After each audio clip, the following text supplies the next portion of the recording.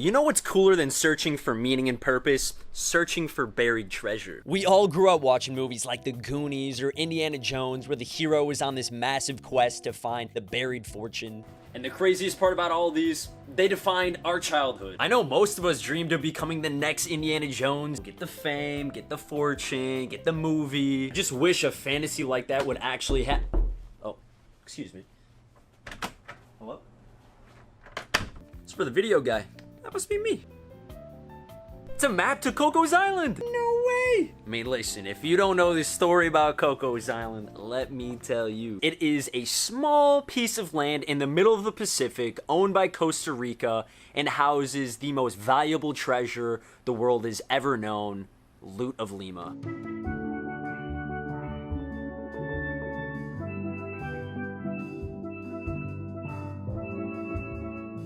Now you see, in the early 1800s, the Catholic Church had amassed a large amount of gold, jewels, and tons of valuables and put them all in their great city of Lima, Peru. However, in 1820, Lima was on the brink of war against revolutionaries. So to protect all of these valuables, including a life-size solid gold Virgin Mary, which was pretty cool. It was all loaded on a ship called the Mary Dear with Captain William Thompson at the helm. The Mary Dear was set to sail to Mexico, where the treasure would supposedly be safe there, if it ever got there. You see, when the clergy hired Captain William Thompson, I don't know if they did a very thorough background check. He actually had zero plans of taking the treasure to Mexico, and they took it all to Cocos Island. And as I'm sure many of you guys do with all of your cash, they buried it. So Captain Thompson and his crew decided that they would leave the treasure on the island and circle back to it once they felt that it was safe. But they didn't get too far. They were all eventually captured and tried as pirates, and the rest is history. For 200 years, people have been searching for the Loot of Lima. Let me just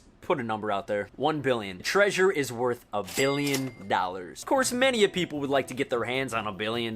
Without the proper technology and the restrictions that the Costa Rican government placed on Cocos Island, nobody has really had access to this treasure. Until today, my friends. Now, when I first heard about this, I just thought there's no way. It's too good to be true, right? And to be fair, the last treasure hunt was about 40 years ago, and at that time, the technology was not nearly as advanced as it is now. However, that is where we need your help. In order to fund this massively exciting project, investments of all sizes, big or small, are accepted in all stages of this wonderful treasure hunt. We're talking pre-dig, during dig, post-dig. This project has legitimately been in the works for over a decade. We've had a team of researchers looking into this and reaming over the history and the process of this project over and over again. In doing so, of course, the government will get a share of the treasure, but so will we. The hard part's over. Now it's time to get digging. Hey, listen, if you want to stay here, that's totally fine, but I'm gonna go live out my childhood dream, baby.